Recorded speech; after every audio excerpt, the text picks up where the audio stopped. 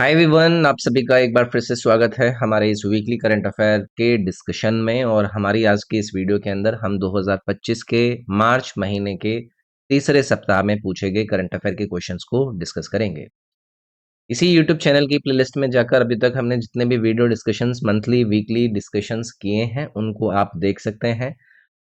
News हर class की PDF को आप डाउनलोड कर सकते हैं। कहाँ से डाउनलोड कर सकते हैं? तो ये मेरा एप्लीकेशन है जिसका नाम है EDU24।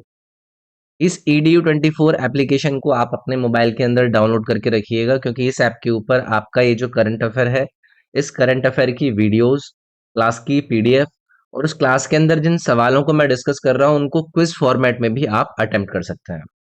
ना सिर्फ करंट अफेयर का कोर्स, और भी बहुत सारी इंपॉर्टेंट चीजें आपके लिए इस ऐप पर अवेलेबल हैं, जैसे कि आपके किसी भी वनडे एग्जाम में जो जीके जीएस के सवाल पूछे जाते हैं, ऐसे 20,000 सवालों से ज्यादा का कलेक्शन आपके इस कोर्स के अंदर मैंने अपने इस ऐप पर प्रोवाइड किया है।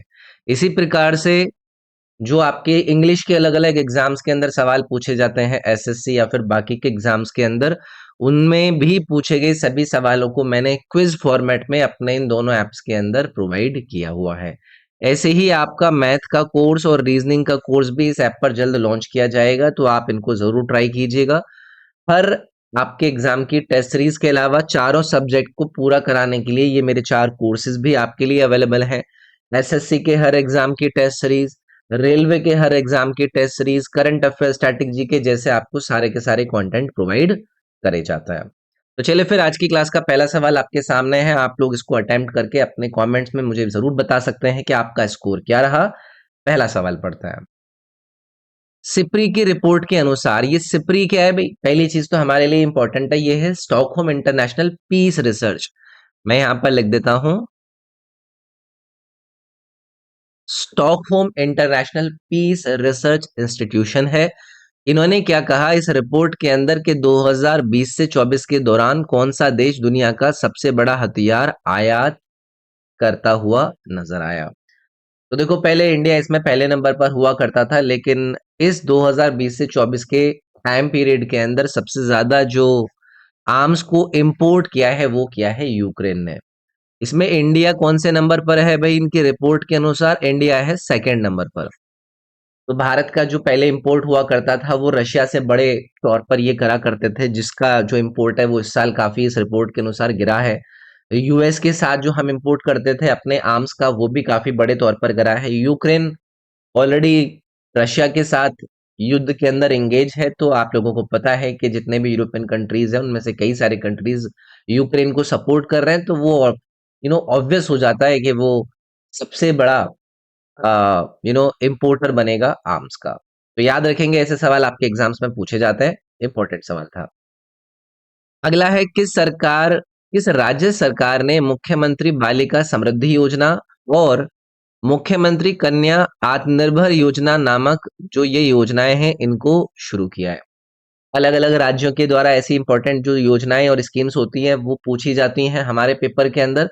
तो इस स्कीम को ना मार्च 9 को जो हमारे union minister for health and family welfare है, हेल्थ एंड फैमिली वेलफेयर, और ये बीजेपी के नेशनल प्रेसिडेंट भी है, जगत प्रकाश नड्डा की मैं यहाँ पर बात कर रहा हूँ। हम जेपी नड्डा की बात कर रहे हैं, जगत प्रकाश नड्डा। तो इन्होंने इन दोनों की दोनों स्कीम्स को लॉन्च किया। ये वेलफेयर स्कीम्स है, लड़कियों के लिए इनको लॉन्च किया गया है। जैसे ये मुख्यमंत्री बालिका समृद्धि योजना है ना, तो इसके अंदर ये क्या करेंगे, जो बिलो पॉवर्टी लाइन वाली फैमिलीज हैं उनके अंदर जो बच्चियां हैं उनको 50,000 का बॉन्ड प्रोवाइड करेंगी, जो नई बच्चियां पैदा होंगी। और इसको फिर ये बढ़ा भी देंगे 10 लाख तक, जब वो बच्ची 18 साल तक की नहीं हो जाती।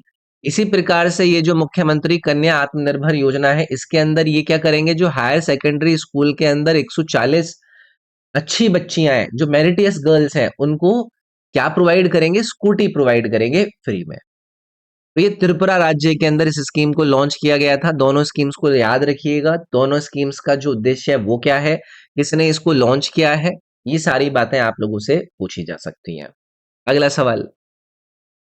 अगला सवाल ये पूछ रहे हैं कि हाल ही में किस राज्य में सारस क्रेन का दुर्लभ दृश्य देखा गया है। अब इस सवाल को मैं इंपॉर्टेंट कहूंगा, क्योंकि आप लोगों से एक सवाल पूछा जाता है। वो सवाल क्या है, बताइए कि tallest flying bird in the world वो कौन सी है, यानी कि सबसे लंबी पूरे विश्व के अंदर उड़ने वाली जो चिड़िया है वो कौन सी है, तो वो है आपकी ये सारस क्रेन। अब यहीं से लगे हाथों हो सकता है आपसे इसका साइंटिफिक नेम पूछ ले, तो वो भी आपको याद रखना है, ग्रुस एंटीगोन। तो हुआ क्या, ये देखने के लिए मिली आपके असम राज्य के अंदर। तो उससे जितने भी ऐसे लोग होते हैं जिनको चिड़ियाओं को देखने का, या फिर जो वाइल्ड लाइफ एंथुसियास्ट होते हैं, उनके लिए बहुत इंपॉर्टेंट सीन था। असम राज्य के अंदर इनको स्पॉट किया गया है, और इसका जो स्टैटिक फॉर्मेट है वो भी मैंने आप लोगों को बता दिया। ये जो सारस क्रेन है ये टॉलेस्ट फ्लाइंग बर्ड है पूरे विश्व के अंदर। नॉर्दर्न ऑस्ट्रेलिया के अंदर काफी फेमस है, जो साउथ ईस्ट एशिया है उसमें ये काफी फेमस है, ये हमारे नॉर्थ इंडिया के अंदर भी काफी फेमस है। तो ये आप लोगों को याद रखना है, ठीक है। चलिए अगला सवाल देखेंगे। प्रधानमंत्री इंटर्नशिप योजना 2025 किस मंत्रालय द्वारा शुरू की गई है। तो पहले तो आप लोग मुझसे ये पूछोगे कि सर जी ये जो पीएम इंटर्नशिप स्कीम है ये है क्या। तो इसमें क्या है ना, hands on industry skill provide करी जाती है, यानी कि ये 12 महीने का इंटर्नशिप प्रोग्राम है जिसके अंदर अलग अलग सेक्टर के अंदर 1,25,000 लोगों को ये इंटर्नशिप प्रोवाइड करेंगे। इसके अंदर जो लोग होते हैं जो कि इसके अंदर पार्टिसिपेट करेंगे उनको इंडस्ट्री से संबंधित सॉफ्ट स्किल्स प्रोवाइड करी जाएंगी। टीम वर्क कैसे होता है, कम्युनिकेशन कैसे करना होता है। इसके अंदर 10वीं 12वीं आईटीआई पॉलिटेक्निक डिप्लोमा ग्रेजुएट्स को शामिल किया जाएगा जिनकी उम्र 21 से 24 साल तक की है। तो याद रखिएगा, इसको मिनिस्ट्री ऑफ कॉर्पोरेट अफेयर्स के द्वारा लॉन्च किया गया है। तो याद रखेंगे, अच्छा सवाल था ये भी। अगला सवाल है, आपसे पूछ रहे हैं कि किस देश ने हाल ही में म्यांमार सीमा के पास एक शक्तिशाली लार्ज फेजर एरे रेडार को तैनात किया है। अब आपको पता है कि इंटरनेशनल लेवल पर हर कंट्री ये चाहता है ना कि वो अलग अलग जगहों पर अपनी नजर रखे। तो ये जो आपका चाइना है, ये चाइना ने अपनी इस पावरफुल फेज्ड एरे रडार को डिप्लॉय किया। कहाँ पर, इनका एक प्रोविंस है, उस प्रोविंस का अगर आपको नाम याद रख पाए आप, यूनान प्रोविंस के अंदर इन्होंने इसको डिप्लॉय किया है। तो इससे जो 50,000 तक किलोमीटर की रेंज है उसमें ये अपनी निगरानी कर पाएंगे, जैसे कि इंडियन ओशियन तक की अपनी निगरानी इसके अंदर कर पाएंगे। भारत की टेरिटरी के अंदर ये निगरानी कर पाएंगे कि कोई बैलिस्टिक मिसाइल तो लॉन्च नहीं करी गई है। तो इसलिए चर्चा में थी, चाइना के द्वारा लॉन्च करी गई है लार्ज फेज्ड एरे रडार, ठीक है। चलिए आगे आएंगे। अगला सवाल आपसे पूछ रहे हैं कि 2024 विश्व वायु गुणवत्ता रिपोर्ट के अनुसार वायु प्रदूषण के मामले में भारत का स्थान क्या है। अगर मैं आप लोगों के प्यारे दिल्ली की बात करूं, तो पूरे विश्व के अंदर सबसे ज्यादा पॉल्यूटेड कैपिटल सिटी है ये। Capital city most polluted category में ये आपका 2024 में पहले नंबर पर रही हमारी दिल्ली, जिसके अंदर जो पीएम 2.5 की कॉन्सेंट्रेशन है वो तो आपको देखा ही होगा, ठीक है। अब भारत का स्थान ओवरऑल कौन से नंबर पर रहा है, तो भाई भारत रहा है इसमें 5वें नंबर पर। ये आप लोगों को याद रखना है, ठीक है। ऐसी और भी कई सारी इंपॉर्टेंट लोकेशन हमारे देश के अंदर आप लोगों ने देखी होंगी, जिसमें कि अ, इनका नाम आता है कि ये मोस्ट पॉल्यूटेड सिटीज के अंदर काउंट हो रही हैं, ठीक है। तो ये चीज आप लोगों को याद रखनी है।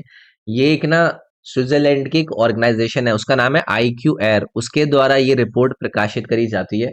इसमें ये 138 देशों का डेटा लेते हैं, उनकी एयर क्वालिटी को अच्छे से ये स्टडी करते हैं, देन उसके बाद इसको ये जारी करते हैं। याद रखेंगे इसको, इंडिया इसमें 5वें नंबर पर रहा है। चलिए अगला सवाल देखते हैं भाई।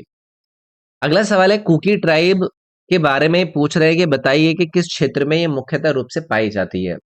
अब हुआ क्या, हमारी जो भारतीय सेना है उसका एक व्हीकल जा रहा था, उसका एक वाहन जा रहा था, उसके ऊपर अटैक कर दिया गया इस ट्राइब के प्रोटेस्टर्स ने, ठीक है। तो आपने चर्चा में भी सुना होगा, ये हमारे नॉर्थ ईस्टर्न इंडिया के अंदर आपको देखने के लिए मिलती है, मुख्यतः आप इसको मणिपुर के अंदर देखते हैं। तो याद रखिएगा ये एक एथनिक ग्रुप है जो कि नॉर्थ ईस्ट इंडिया के अंदर काफी बड़े तौर पर फैला हुआ है, इंडिया, म्यांमार, बांग्लादेश। तो ये आपको याद रखना है। ठीक है, चलिए अगला सवाल देखते हैं। अगला सवाल है, सज्जनगढ़ वन्यजीव अभयारण्य किस राज्य के अंदर लोकेटेड है? अब ये चर्चा में क्यों है? यहाँ पर ना इस सेंचुरी के अंदर वाइल्ड फायर लग गया था, यानी कि जंगलों में जो आग वगैरह लग जाती है, जिससे इनका एक बहुत बड़ा एरिया क्या हो गया ना, जलकर राख हो गया। तो ये राजस्थान के उदयपुर के अंदर गए भाई, ये याद रखिएगा। अब होता है क्या है, जब ऐसी लोकेशन आपकी चर्चा में होती है तो हमें देखना पड़ता है कि यार कहाँ पर लोकेटेड है। ठीक है। अच्छा, एक और मैं आपसे यहीं पर सवाल पूछूंगा। इसी वाइल्ड लाइफ सेंचुरी के अंदर आपको एक लेक नजर आती है, उसका नाम है बड़ी लेक। कल को अगर ये लेक का नाम आप लोगों से पूछ लें तो यहाँ पर टाइगर लेक के नाम से भी इसको जाना जाता है। तो ये भी आपका इसी जगह पर लोकेटेड है। तो याद रखेंगे, राजस्थान के अंदर इसकी लोकेशन थी सज्जनगढ़ वाइल्ड लाइफ सेंचुरी, जो चर्चा में थी, उसको लेकर ये सवाल था। अगला सवाल आपसे पूछ रहे हैं कि किस मंत्रालय ने भौगोलिक सूचना प्रणाली आधारित सॉफ्टवेयर प्रतिबिंब मॉड्यूल लॉन्च किया है? विच मिनिस्ट्री लॉन्च्ड प्रतिबिंब मॉड्यूल, जो कि एक जियोग्राफिक इंफॉर्मेशन सिस्टम है, मतलब सॉफ्टवेयर है। तो साइंस एंड टेक्नोलॉजी के अंदर ज्योग्राफी से बनता हुआ आपका एक इंपॉर्टेंट इन्वेंशन है। ठीक है, एक जीआईएस बेस्ड सॉफ्टवेयर है जिसको यूनियन मिनिस्ट्री, इसने होम मिनिस्ट्री ने लॉन्च किया। तो यहाँ पर हमारा गृह मंत्रालय आपको नजर आएगा। इसके अंदर जो हमारा साइबर क्राइम है उसको कोऑर्डिनेट करना, लॉ इन्फोर्समेंट को हेल्प करना, साइबर क्रिमिनल्स को पकड़ना, ऐसे कई सारे नेटवर्क्स के जरिए ये हेल्प करेगा। मोबाइल नंबर को ट्रैक करने जैसे काम करेगा। तो ये अच्छा सवाल है भाई। प्रतिबिंब इसका नाम है, होमिस्ट्री के द्वारा इसको लॉन्च करा गया। अगला सवाल आपसे पूछ रहे हैं, फ्यूगो ज्वालामुखी जिसको हाल ही में खराब खबरों में देखा गया, बताइए कि कौन से देश के अंदर लोकेटेड है? नाम क्या है? Fuego volcano. चर्चा में क्यों है? इसके अंदर पावरफुल इरप्शन हुआ, यानी कि ये जो ज्वालामुखी है ये फटा, और जिससे काफी बड़े तौर पर एक्सप्लोजन्स हुए, इसके अंदर से काफी सारा मटेरियल निकला, धुएं के बादल बढ़ गए। तो जो आसपास रहने वाले लोग थे ना, उनको बहुत ज्यादा प्रॉब्लम इसमें होने देखने के लिए मिली। तो याद रखिएगा ये है ग्यूटेमाला के अंदर। तो ऐसे जो वोल्केनो है जो कि हाल फिलहाल में आपका फटे हुए होते हैं, तो उनकी लोकेशन आप लोगों से पूछ लेते हैं। तो पैसिफिक रीजन के अंदर जो रिंग ऑफ फायर है ना, ये आपका ग्वाटेमाला वहां पर लाई करता है, और ये आपका वोल्केनो भी ऑब्वियसली वहीं पर लाई करेगा। ठीक है, चलिए आगे बढ़ते हैं। अगला सवाल है, आपसे पूछ रहे हैं, जल स्थिरता सम्मेलन 2025 किस शहर में आयोजित किया गया, यानी कि वाटर सस्टेनेबिलिटी कॉन्फ्रेंस 2025 को ऑर्गेनाइज किया गया किसके अंदर? तो देखो, जो हमारा नेशनल वाटर मिशन है उसके अंतर्गत एक ब्यूरो आता है, bureau of water use efficiency, जो कि मिनिस्ट्री ऑफ जल शक्ति के अंतर्गत काम करता है। तो उन्होंने इस वाटर सस्टेनेबिलिटी कॉन्फ्रेंस का आयोजन कराया एक इंस्टीट्यूशन के साथ मिलके। वो इंस्टीट्यूशन का नाम है TERI। TERI स्टैंड्स फॉर का जो एनर्जी एंड रिसोर्सेज इंस्टीट्यूट करके इसका नाम है। और इसके अंदर यही है कि जो वाटर का इस्तेमाल है उसको एफिशिएंटली हम कैसे यूज करें। तो ये सारी चीजें इसके अंदर हुई। इसका आयोजन नई दिल्ली के अंदर कराया गया था यार। ये मिनिस्ट्री ऑफ जल शक्ति के तहत इसको लॉन्च कराते हैं। ठीक है, तो हमारे यूनियन मिनिस्टर ऑफ जल शक्ति कौन है? CR पाटिल है ना। याद रखेंगे इन सब बातों को। आगे बढ़ते हैं भाई। अगला सवाल आप लोगों से पूछा जा रहा है, हाल ही में खबरों में रहा थैलेसीमिया किस तरह की बीमारी है? यार ये काफी चर्चित बीमारी है और चर्चा में भी थी। तो हुआ क्या, आंध्र प्रदेश के अंदर मंथली जो पेंशन है उसको इंक्रीज किया गया है। किसके लिए? जो थैलेसीमिया वाले पेशेंट्स हैं। कौन से राज्य के अंदर इनकी सैलरी को इंक्रीज किया है? आंध्र प्रदेश राज्य के अंदर। तो ऐसे जो लोग हैं, पहले तो ये ट्रीटमेंट कॉस्ट को लेकर इनको ये सपोर्ट करने की बात करते थे, अब और बड़े स्तर पर ये इन पेशेंट्स को हेल्प करने की बात कर रहे हैं। तो अगर आपसे पूछा जाएगा कि थैलेसीमिया किस प्रकार का डिजीज है तो ये जेनेटिक ब्लड डिसऑर्डर होता है, रक्त डिसऑर्डर होता है, जिसके अंदर जो बॉडी होती है वो हीमोग्लोबिन प्रोड्यूस नहीं कर पाती है, जिसकी वजह से क्या हो जाता है, एनीमिया हो जाता है। तो याद रखेंगे यार इसको। तो इसके अंदर क्या होता है ना, जो भी इसके मरीज होते हैं, पेशेंट्स होते हैं, उनको ब्लड को ट्रांसफ्यूजन की जरूरत होती है हर 2-3 वीक्स में। तो आंध्र प्रदेश ने इसको सपोर्ट करने के लिए, ताकि लोग सरवाइव कर पाए, इसको लॉन्च किया है। ठीक है, चलिए अगला सवाल देखते हैं। अगला सवाल है, Astra beyond visual range air to air missile किस संगठन के द्वारा डिजाइन और विकसित करी गई है? Astra beyond visual range air to air missile is designed and developed by which organisation? तो देखो, इसमें ज्यादातर लोगों को आंसर पता है कि हमारा डीआरडीओ इसके अंदर इन्वॉल्व है, लेकिन एक एजेंसी को नाम याद रखिएगा, ADA. ADA stands for aeronautical development agency. मैं यहां पर लिख देता हूं, एरोनॉटिकल डेवलपमेंट एजेंसी। इन्होंने इसको सक्सेसफुली टेस्ट किया था। तो ऐसे ही आपको पता है कि जो इंपॉर्टेंट टेस्टिंग होती हैं, जो मिसाइल का नाम होता है उनका नाम देकर या फिर संस्था का नाम देकर ये कुछ भी बात आपसे पूछ लेते हैं। तो याद रखेंगे इसको, अस्त्र नाम है इसका। आगे बढ़ते हैं। अगला सवाल है, किस संगठन ने हाल ही में करुणा और प्राथमिक स्वास्थ्य देखभाल शीर्षक से रिपोर्ट को जारी किया है? Compassion and primary health care report को कौन सी ऑर्गेनाइजेशन के द्वारा हाल ही में रिलीज किया गया? चलो, जिस ऑर्गेनाइजेशन ने इसको रिलीज किया वो हमारे लिए इंपॉर्टेंट है, लेकिन अगर आपसे पूछा जाए कि इस रिपोर्ट के अंदर क्या हमें देखने के लिए मिलता है, तो इसमें जो हेल्थ केयर को ट्रांसफॉर्म करने वाले की फैक्टर्स होते हैं उनको हाईलाइट किया गया है।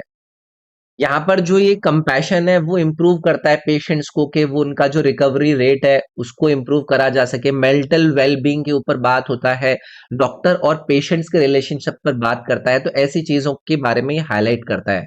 इस रिपोर्ट को जारी किया है भाई वर्ल्ड हेल्थ ऑर्गेनाइजेशन के द्वारा। अब इसको कल को ये घुमाकर पूछ सकते हैं कि हाल ही में बताइए कि डब्ल्यूएचओ के द्वारा जारी करी गई रिपोर्ट जिसके अंदर कंपैशन के बारे में या फिर बाकी के ऐसे इंपॉर्टेंट जो हेल्थ केयर को ट्रांसफॉर्म करने वाले की फैक्टर होते हैं उनसे रिलेटेड एक रिपोर्ट जारी करी है, उसका नाम क्या है? तो इसका नाम भी मैंने आप लोगों को सवाल के अंदर बताया, compassion and primary health care. ठीक है, चलिए आगे बढ़ते हैं। अगला सवाल है, किस मंत्रालय ने पीएम युवा योजना का तीसरा एडिशन लॉन्च किया है? पीएम युवा स्कीम के थर्ड एडिशन को लॉन्च करने वाले मिनिस्ट्री का नाम इन्होंने आपसे पूछा है। इसको पीएम युवा 3.0 आप कह सकते हैं। तो ये जो प्रोग्राम है इसके अंदर क्या है भाई, इसके अंदर रीडिंग, राइटिंग और बुक कल्चर को हमारे देश के अंदर क्या कर रहे हैं, प्रमोट कर रहे हैं। जिसके अंदर ये मेंटरशिप भी प्रोवाइड करेंगे, आपको अपनी बुक्स को पब्लिश करने की अपॉर्चुनिटीज भी प्रोवाइड करेंगे। तो ये मिनिस्ट्री ऑफ एजुकेशन के अंतर्गत आता है यार। पीएम युवा 3.0 स्कीम इन्होंने लॉन्च करी है, तो याद रखेंगे। चलिए आगे आएंगे। अगला सवाल है, आपसे पूछ रहे हैं कि निम्न स्तरीय परिवहन योग्य radar L L T R Ashwini को किस संगठन के द्वारा संयुक्त रूप से विकसित किया गया है? इंपॉर्टेंट है यार। तो हुआ क्या, जिस मिनिस्ट्री कि हम यहाँ पर बात कर रहे हैं, इन्होंने मिनिस्ट्री का नाम नहीं पूछा है, मैं यहाँ पर लिख देता हूँ, मिनिस्ट्री ऑफ डिफेंस ने एक डील साइन करी है। वो डील कितने की है? लगभग 2900 की वो डील है। इन्होंने किस किस के साथ करी है? एक तो उसमें आपका बीईएल यानी कि भारत इलेक्ट्रॉनिक्स लिमिटेड शामिल है, और उसके साथ इन्होंने ये किसको विकसित कर रहे हैं? एलएलटीआर अश्विनी को यहाँ पर विकसित कर रहे हैं। तो बीईएल और डीआरडीओ इसके अंदर शामिल है। तो याद रखिएगा ये जो बी वाला विकल्प है वो आपका करेक्ट हो जाता है। अश्वनी इसका नाम है। इंपॉर्टेंट साइन था ये, इंपॉर्टेंट एक तरीके से कॉन्ट्रैक्ट था, जिसके अंदर जो हाई स्पीड एयरक्राफ्ट होते हैं उनको ट्रैक करना, यूएवीज को ट्रैक करना, हेलीकॉप्टर्स को ट्रैक करना, ये एक इंपॉर्टेंट चीज इसके जरिए करी जाएगी। ठीक है, चलिए आगे बढ़ते हैं। अगला सवाल ये पूछ रहे हैं, अपार आईडी जो हाल ही में खबरों में रही, बताइए कि किस पहल का हिस्सा है? इंपॉर्टेंट है, चर्चा में आप लोगों ने सुनी होगी। तो कई सारे ऐसे पेरेंट्स यानी कि जो अभिभावक होते हैं और कुछ एक्टिविस्ट इन्होंने क्या किया, इन्होंने कहा कि भाई हमें डर लग रहा है कि ये जो मिनिस्ट्री ऑफ एजुकेशन की automated permanent academic account registry है, जिसको हम अपार आईडी के रूप में जान रहे हैं, ये डिफिकल्ट हो सकता है कि लोग इसको क्या करें, ऑप्ट आउट करें। ठीक है, तो अपार के बारे में आप लोगों के साथ हमने पहले भी चर्चा करी है।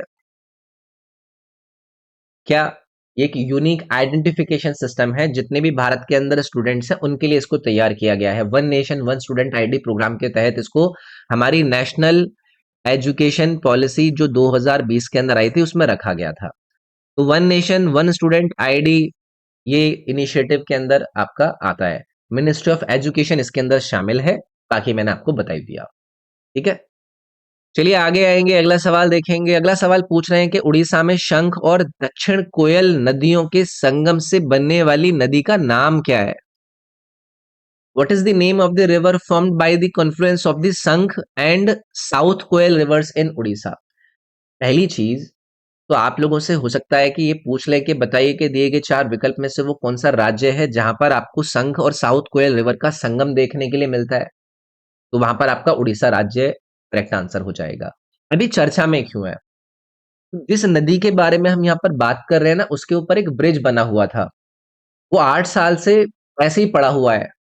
उसके आसपास के जो कई सारे गांव हैं उनको प्रॉब्लम फेस हो रही थी। तो उसके बाद वहां पर जो लोग हैं या फिर वहां की जो सरकार है उन्होंने कहा कि भाई इसको आप फटाफट से पूरा कराओ ना, ये क्या आपने इतने टाइम से छोड़ रखा है। तो इसका नाम है ब्राह्मणी रिवर। याद रखोगे, कल कोई पूछ ले कि ब्राह्मणी रिवर किस दो नदियों के संगम से बड़ी बनती है, तो आप उसमें याद रखेंगे शंख और साउथ कोयल। ठीक है, चलिए आगे बढ़ता है। और इसके अलावा ये भी आप लोगों को याद रखिएगा कि ये जो महानदी के साथ मिलकर एक इंपॉर्टेंट डेल्टा बनता है ना, उसमें भी अपना इन्वॉल्वमेंट अदा करती है। ठीक है, चलिए आगे बढ़ते हैं। अगला सवाल है, पीलीभीत टाइगर रिजर्व किस राज्य के अंदर लोकेटेड है? यार ये आसान है, पीलीभीत तो आपका एक इंपॉर्टेंट लोकेशन है उत्तर प्रदेश राज्य के अंदर, है ना।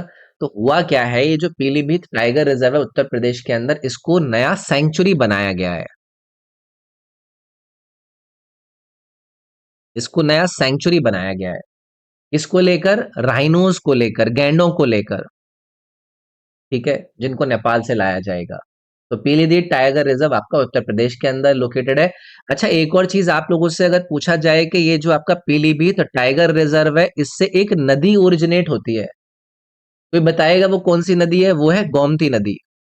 तो ये भी आप लोगों को याद रखना है। तो उत्तर प्रदेश भाई इसका करेक्ट आंसर बन जाता, बाकी संबंधित जानकारी भी हमने जानी। अगला सवाल देखते हैं, ये पूछ रहे हैं कि विश्व पैरा एथलेटिक ग्रैंड प्रिक्स 2025 में पदक तालिका में कौन सा देश शीर्ष स्थान पर रहा? World para athletic grand prix 2025 हुई थी, इसमें पहले नंबर पर रहा हमारा भारत।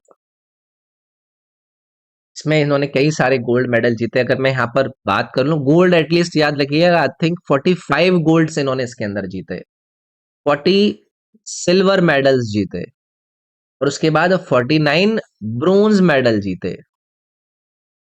तो याद रखेंगे, world para athletics grand prix के अंदर हमारा देश पहले नंबर पर रहा। और अच्छा, ये पूछा जाएगा कि इसका आयोजन कहां पर कराया गया, तो ये याद रखिएगा, नई दिल्ली के अंदर इसका आयोजन कराया गया था। अगला सवाल देखेंगे, कांसंद वन्यजीव अभयारण्य किस राज्य के अंदर लोकेटेड है? भैया ये चर्चा में क्यों है? तो पहला हनी हार्वेस्ट को यहां पर कंडक्ट कराया गया। फर्स्ट हनी हार्वेस्ट को कंडक्ट कराया गया था इस आपके फसाद वाइल्ड लाइफ सेंचुरी के अंदर, जो कि महाराष्ट्र के रायगढ़ डिस्ट्रिक्ट के अंतर्गत आता है। ठीक है, ये ऐसे सवाल आपको पता है कि पूछ लिए जाते हैं। रायगढ़ राष्ट्र, तो यहाँ पर आपका विकल्प नंबर 1 हो जाता। किसी भी एर्ली वाइल्ड लाइफ सेंचुरी के अंदर जो वहाँ के एक्सपर्ट हैं, नेचुरलिस्ट हैं, ट्राइबल कम्युनिटीज हैं, अगर अपनी कंजर्वेशन को सक्सेस पाते हैं और इस तरीके का कोई इंपॉर्टेंट इवेंट करते हैं, तो यार वो हमारे लिए इंपॉर्टेंट हो जाता है। ठीक है, चलिए भाई आगे बढ़ते हैं। अगला सवाल आपसे पूछा जा रहा है, ऑल बोडो स्टूडेंट्स यूनियन का 57वां वार्षिक सम्मेलन कहाँ आयोजित किया गया? ऑल बोडो स्टूडेंट यूनियन का 57th एनुअल कॉन्फ्रेंस। बोडो नाम से आप लोगों को आइडिया लग गया होगा, असम राज्य के अंदर इसको इन्होंने कराया। इसके अंदर क्या होता है, जो बोडो पीस अकॉर्ड हुई थी 2020 के अंदर, मैं यहाँ पे लिख देता हूँ।